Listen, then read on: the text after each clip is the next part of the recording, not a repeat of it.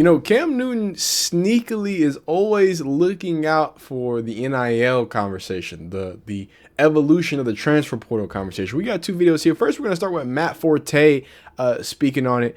And then after that, there's also a small little snippet comparing some things to basketball as well. But let's get right into it. I think for us,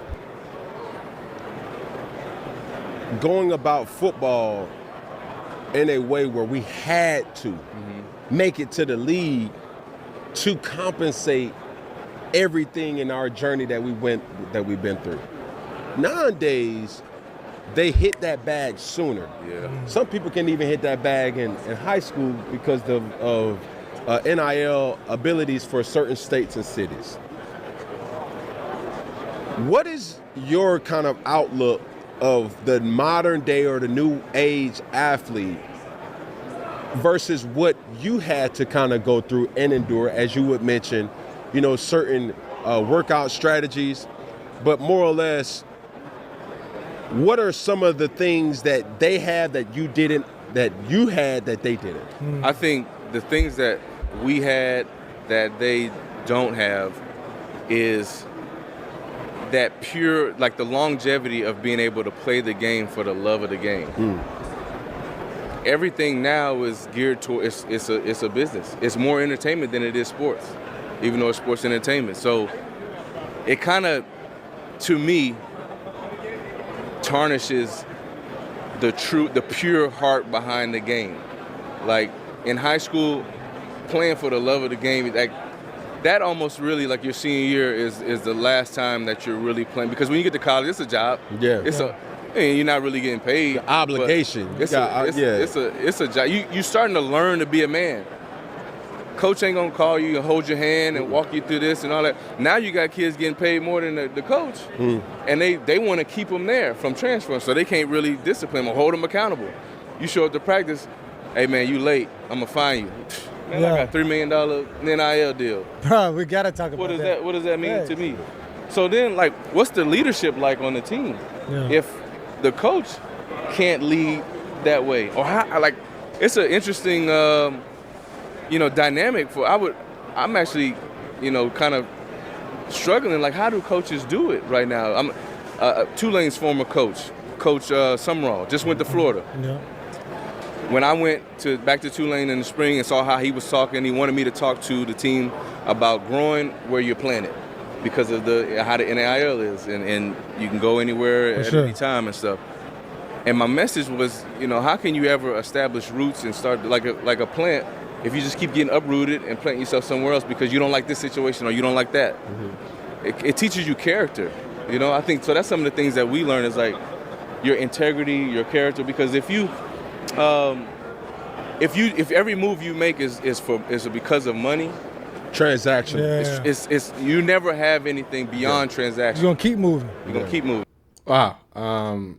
Sometimes it's interesting because you hear certain things that, kind of relates to you on different levels. That one hit me on a little bit of a personal level. Just some things I've been thinking about. The idea of, hey, what are you doing it for, right? If money's the only end all be all, you're not gonna get much out of it, right? And I think another conversation to be had is like, hey, if money is all you want, when you get money, right, what's the limitations? How much money? How like what? Money's, it's good, it's great, it's phenomenal, it's a good thing to strive for, but if that's the only thing you're striving for, your limitations are, okay, well, you got money. It's not, being the biggest and the greatest or having a high quality this or that. It kind of leaves your goals, kind of obscure. It kind of leaves your goals kind of in this nothingness place, right? Where there's not much that you can really do with it. That's a dope. It's a really good conversation just because of, like I said, some things that I've been thinking about, personal things. But then you take that bigger, right? He talked about the fines. And, we talked about how Mark Ingram, I thought that was so silly to come to this idea that, that's a locker room problem. And like it just didn't make any sense. There's no merit to there being a locker room problem or issue or whatever. Now, Matt Forte, though, this is a good point, right? If you're finding the players with the NIL money, right? Other people are mad, oh my God, it's legal, this, is that. you know, and you know, that's really the only real way you can discipline them. The conversation about how much money someone has, that's when I think you can start not criticizing necessarily the fines, but criticizing, hey, we're creating a system where even fines don't even work. Fines don't work. Regular, you know, coaching doesn't work. Like, what really does work at that point? You know what I'm saying? Like, there's not really a lot of options there. So I think that's interesting. I think that's an interesting critique of the fine situation. Again, Deion's not the only one doing fines, but obviously the most famous, you know, as of late. So I think it's interesting to think about that conversation, how it evolves, and not just that all people are transferring, but like, hey, why and what are they getting out of those things, and what's the real detriment to that? So I appreciate Matt Forte kind of having more of that, hey, this is ultimately going to hurt the players type view. But let's So that's one thing, but then something that they have that we don't is that at an earlier age, they get to figure out what not to do with the money. Yeah, they can mess it up. They can mess it up and bounce back. Still recoup that at some point, for the most part. Well, yeah. You know, when you get drafted, you know, say you're a third round pick, you get that signing bonus, and it's like, you know, a couple $100,000, whatever it is, and then you buy your house, you buy your mama a car, you buy your mama or dad a house, something like that, and then you get hurt, whatever. Like, it's like, you said it, gone. It's gone. So it would be really hard to recoup. Like, you might not ever be able to see that again. Mm-hmm. Now, you in college, you know, they giving you some money. You're not so impressed with it to be like, I gotta buy this and buy that and buy that. For the most part, you know, got some people that might just go crazy. No, but they learn a lesson through that. Yeah. You know, you got to bump your head, but I guess before you learn your lesson. Should it be a cap though on how many times people transfer? And I think you already said it. I think because people, I mean, every week they might be going somewhere else. You know what I don't like about the transfer portal, and something so platonic or something so unserious. Nobody can really wear a Letterman jacket no more.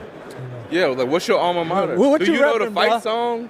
Like, can you, bro? Like that is, I don't know, platonic. I don't know if that's a real word. You know, Kim Newton be making up words, but I do like what he's trying to say, because that's a good point. Like if you're, you know, high school there's class rings. I think college there's also class rings. Like, they make the joke a lot of times with the NFL now. It's like, whenever you when you get to the league, like, are you know, you have your player introductions on the team. Are you going to say transfer from it? Like, Jaden Rashada is like Georgia, Sacramento State, Arizona State. Like, are you going to say all the schools you were at? Or are you just going to say your last school? And if you go and become, like, you know what I'm saying? If you come and become a guy that's like, you know, I would say a trained killer, but, you know, I'm here for 1 year. I'm a big dog. I'm going in the transfer portal, or not transfer portal. I'm going to the league.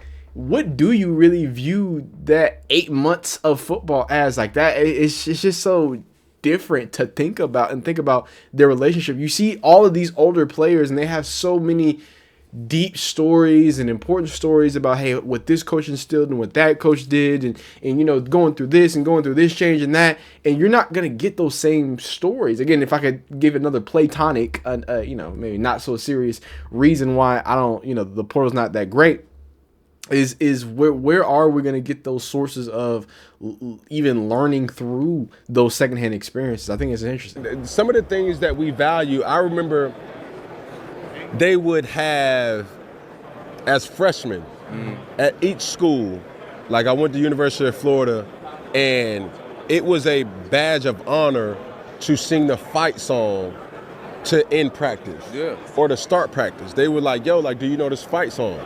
Nah. And then all of a sudden now, it's like you're not there long enough to even care. You see what I'm saying? Yeah. So it's so many different elements to sports that it's like, dang, no Letterman jackets, no fight song, no true tradition, or no patch. Yeah. Like, how many stickers can you really get? You dig what I'm saying? Yeah, I feel that too, because as a rookie, you know, you got your vets on the team. Yeah. And I'm in the cafeteria. Hey, Forte, sing the fight song. Them cats can't do that now. I had to sing the, you know, Tulane. They freestyle. Yeah, I mean, they making something up probably. Yeah. But the tradition, like the history, that type of stuff, like that goes deep. I played it. It's tough, right? Because there's a term called sports conservatism, right? And basically the idea that, hey, you just want sports to be like the good old days. You want it to be the same way. And I gotta be honest with you, yeah, man, yeah.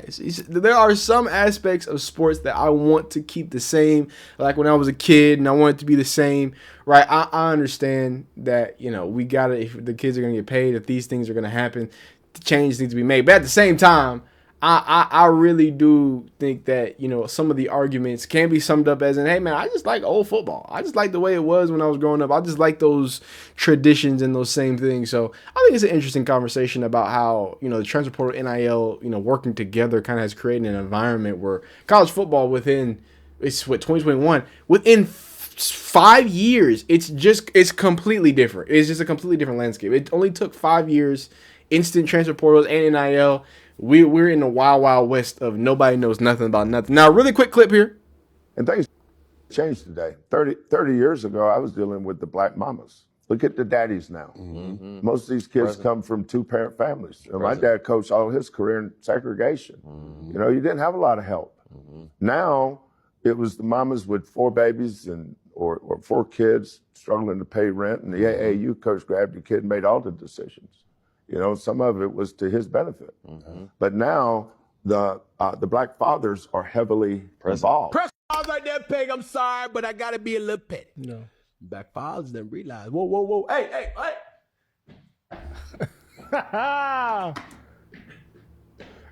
Jamal and them going to. And Jamal balling out. Hold on. We don't got to watch the full thing because, you get the joke. The point.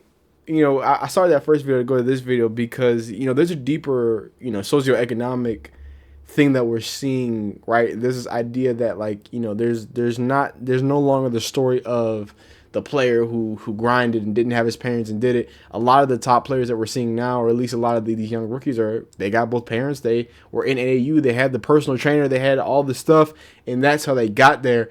I think that's another thing that's kind of evolving as the money gets bigger. I think what you're going to see is the reaction to that is big money goes to that. People who can invest into making an NBA, AAU star, a NFL college football player, like those things are an industry of themselves, right? And I think it's causing a lot of new types of agents and new types of situations. But hey, man, y'all let me know how you feel about the situation. Is the transfer portal killing college football? Is the transfer portal and NIL killing it? But y'all let me know how you feel. Like the video if you like it, dislike if you don't. Subscribe to like football content. We'll see you next time. Peace.